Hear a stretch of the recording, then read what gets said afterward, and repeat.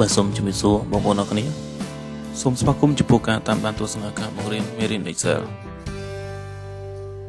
មេរៀននៅថ្ងៃនេះខ្ញុំនឹងបង្ហាញអ្នកនរគ្នាឲ្យចេះប្រើប្រាស់រូបមន្ត Sumifs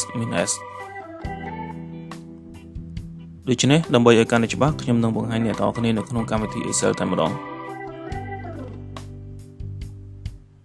បាទនេះគឺជាតារាងនៃការលក់កុំព្យូទ័រនៅតាមខែនីមួយៗកាលពីវីដេអូមុនខ្ញុំបានដាក់លំហាត់ឲ្យអ្នកនរគ្នាកណនាដោយបង្ហាញអំពីលក្ខខណ្ឌនីមួយៗនៅថ្ងៃនេះខ្ញុំនឹងបង្ហាញវិធីថ្មីមួយទៀតទាក់ទងជាមួយនឹងលក្ខខណ្ឌនៃការកណនារូបមន្ត Sumifs នេះ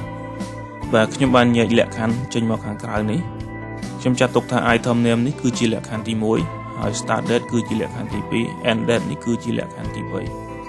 អញ្ចឹងខ្ញុំសរុបមកវិញមានន័យថាខ្ញុំចង់បូកសរុបទឹកប្រាក់នៃការលក់កុំព្យូទ័រ Model ចាប់ពីថ្ងៃទី1ខែ1ឆ្នាំ2019រហូតដល់ថ្ងៃទី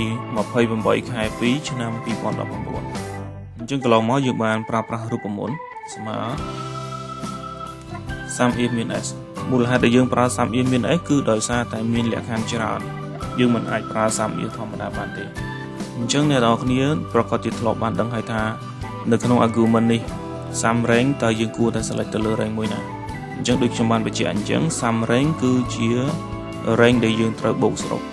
អញ្ចឹងតាក់ទងជាមួយនឹងចំនួនទឹកប្រាក់សរុបគឺស្ថិតនៅក្នុង column G ខ្ញុំ select នៅលើ column G ចេះតែម្ដង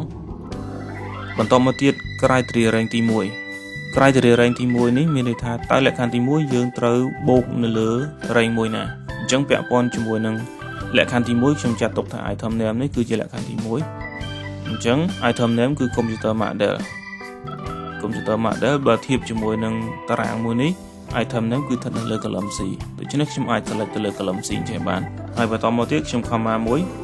លក្ខខណ្ឌទី1 criteria 1 criteria 1នេះគឺជាលក្ខខណ្ឌទី1របស់យើងដូច្នេះលក្ខខណ្ឌទី1របស់យើងគឺ computer model ខ្ញុំត្រូវបើក double quote មួយហើយវាយពាក្យថា del បន្តមកទៀតខ្ញុំត្រូវចុច comma ដើម្បីដល់លក្ខខណ្ឌទី2អញ្ចឹង argument នេះគឺបានបង្ហាញទៅដល់ criteria rank ទី2 criteria rank ទី2ខ្ញុំចាត់ទុកថា start date នេះគឺជាលក្ខខណ្ឌទី2ចាស់អញ្ចឹងតកតងជាមួយនឹងកាលបរិច្ឆេទនៅក្នុងតារាងមួយនេះគឺស្ថិតនៅលើ column B ខ្ញុំ select លើ column B បែបនេះបន្តមកទៀតខ្ញុំ comma មួយលក្ខខណ្ឌទី2គឺថ្ងៃ1ខែ1ឆ្នាំ2019អញ្ចឹងខ្ញុំបើក double quote ចាប់ពីមានន័យថាធំជាងឬស្មើខែ1ថ្ងៃទី1ឆ្នាំ2019ខ្ញុំបិទរបស់ quote វិញអញ្ចឹងនេះគឺជា criteria ទី2បន្តមកទៀតខ្ញុំចុច comma មួយដើម្បីដល់លក្ខខណ្ឌទី3អញ្ចឹងលក្ខខណ្ឌទី3នេះគឺ end date គឺជាកាលបរិច្ឆេទដូចគ្នាកាលបរិច្ឆេទនៅក្នុងតារាងនេះគឺនៅលើ column B ដដែលអញ្ចឹងខ្ញុំ select ទៅលើ column B នេះដដែលបន្តមកទៀតដល់ criteria ទី3អញ្ចឹង criteria ទី3ខ្ញុំបើក double quote មួយend date គឺខ្ញុំយកដូចជាងឬស្មើខែ2ថ្ងៃទី28ឆ្នាំ2019បិទ double quote វិញរួចបើរង្វង់កញ្ចក់ហើយចុច enter បាទលទ្ធផលនោះគឺយើងឃើញ 4400 វិធីនេះគឺយើងធ្លាប់បានអនុវត្តកន្លងមកហើយឧទាហរណ៍ប្រសិនបើយើងចង់ផ្លាស់ប្ដូរលក្ខខណ្ឌណាមួយអ្នកនរគ្នាត្រូវមកកែលក្ខខណ្ឌនៅក្នុង double quote នីមួយៗឧទាហរណ៍ថាឥឡូវខ្ញុំចង់កណនាកុំព្យូទ័រមក HP ម្ដងអញ្ចឹងខ្ញុំកែពីពាក្យថា Dell ទៅជាពាក្យថា HP រួចខ្ញុំចុច enter បាទលទ្ធផលយើងឃើញ 3150 អញ្ចឹងតើតងជាមួយនឹងការផ្លាស់ប្ដូរលក្ខខណ្ឌនីមួយៗហ្នឹងយើងត្រូវមកកែនៅក្នុង double quote នីមួយៗប៉ុន្តែនៅថ្ងៃនេះខ្ញុំនឹងបង្ហាញអ្នកនរគ្នាឲ្យចេះកែលក្ខខណ្ឌដោយមិនចាំបាច់ចូលទៅកែនៅក្នុងនេះទេគឺយើងគ្រាន់តែកែនៅក្នុង cell ណាមួយដែលយើងបានកំណត់ឧទាហរណ៍ថានៅលើ cell មួយនេះអញ្ចឹងយើងមិនចាំបាច់ទៅកែនៅក្នុងរូបមន្តទេយើងកែនៅកន្លែងនេះវានឹងកណនាដោយស្វ័យប្រវត្តិតែម្ដងតោះឥឡូវខ្ញុំនឹងបង្ហាញអ្នកនរគ្នាអំពីការកណនាអញ្ចឹងខ្ញុំប្រើរូបមន្ត Sumifs ដដែលស្មើ Sumifs នេះ Sum rank ស្ថិតនៅលើ column G ដដែលបន្តមកទៀតខ្ញុំចុច comma មួយ criteria rank ទី1គឺ item name ស្ថិតនៅលើ column C អញ្ចឹងខ្ញុំ select ទៅលើ column C បែបនេះ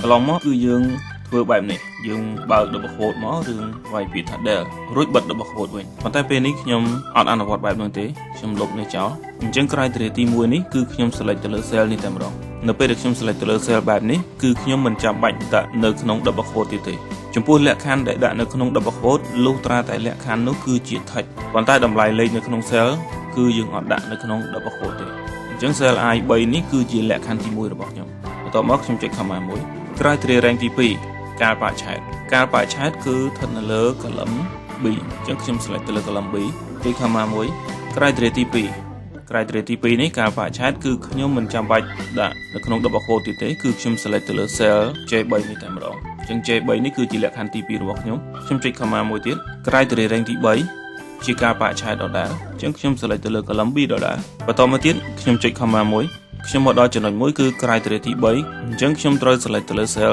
K ទី3នេះបន្តមកទៀតខ្ញុំបិទរង្វង់កញ្ចក់មុននឹងខ្ញុំចុច enter រវាងរូបមន្តដែលយើងបានគណនាអំបញ្ញមិញហើយនឹងរូបមន្តដែលយើងកំពុងតែវាយបញ្ចូលនេះវាមានភាពខុសប្លែកគ្នាបន្តិចឥ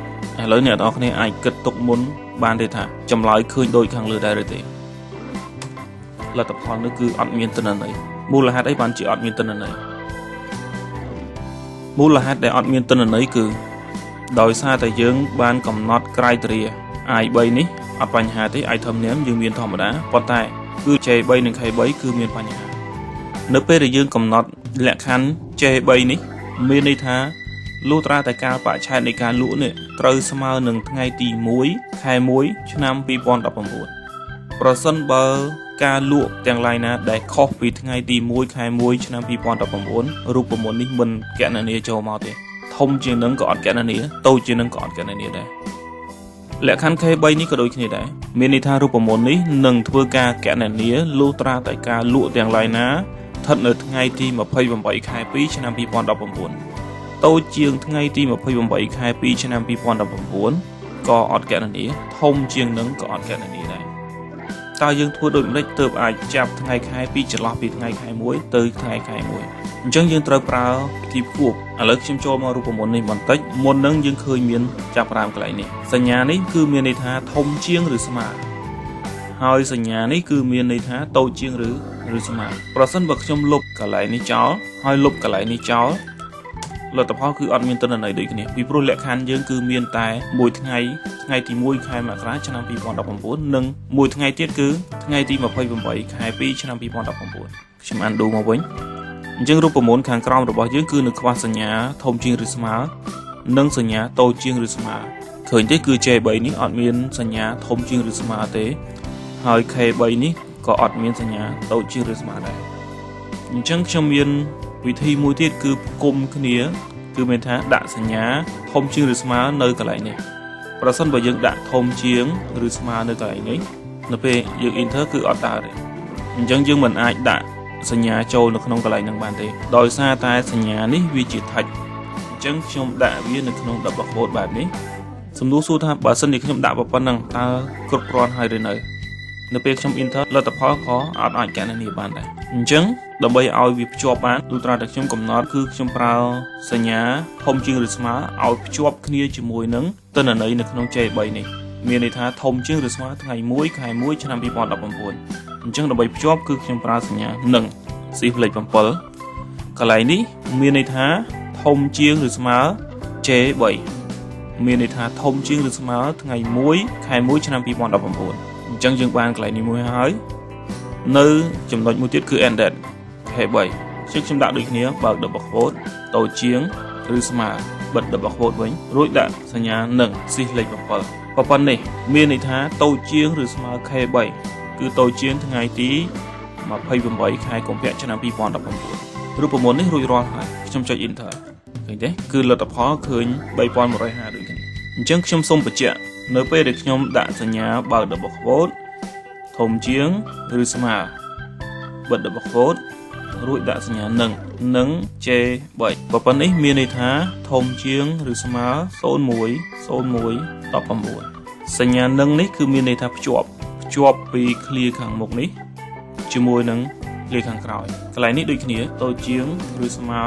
នឹង K3 អញ្ចឹងមានន័យថាតូចជាងឬស្មើ022819ខ្ញុំ highlight ឲ្យអ្នកនរគ្នាបានឃើញមុននឹងខ្ញុំបានបញ្ជាក់អ្នកនរគ្នាថាប្រសិនបើខ្ញុំចង់កែលក្ខខណ្ឌណាមួយសម្រាប់រូបមន្តខាងលើលុះត្រាតែខ្ញុំចូលមកកែលក្ខខណ្ឌនៅកន្លែងនេះប៉ុន្តែសម្រាប់រូបមន្តខាងក្រោមនេះខ្ញុំមិនចាំបាច់ទៅកែលក្ខខណ្ឌនៅខាងក្នុងទេគឺខ្ញុំកែលក្ខខណ្ឌនៅកន្លែងនេះឧទាហរណ៍ថាឥឡូវខ្ញុំគណនាកុំព្យូទ័រ Mac Dell ម្ដងខ្ញុំ និង winter លទ្ធផលនេះគឺផ្លាស់ប្ដូរភ្លាមវាខុសពីរូបមន្តខាងលើលុះត្រាតែខ្ញុំមកដូរនៅកន្លែងនេះវាយពាក្យថា del លទ្ធផលឃើញដូចគ្នាអញ្ចឹងសម្រាប់ការកំណត់លក្ខខណ្ឌនៅខាងក្រៅបែបនេះគឺមានភាពងាយស្រួលជាងបាទវីដេអូនៅថ្ងៃនេះខ្ញុំសូមបញ្ចប់ត្រឹមនេះសិនសូមអរគុណចំពោះការតាមដានទស្សនាសូមចុច Subscribe នៅលើ Channel របស់ខ្ញុំបាទបន្តមកចុចលើរូបកណ្ដឹងហើយយកពី All ដើម្បីទទួលបានវីដេអូជាបន្តមកទៀតបាទប្រសិនបើអ្នកទាំងអស់គ្នាមានចម្ងល់អ្នកទាំងអស់គ្នាអាច comment សាកសួរបន្ថែមទៀតបានបាទសូមអរគុណ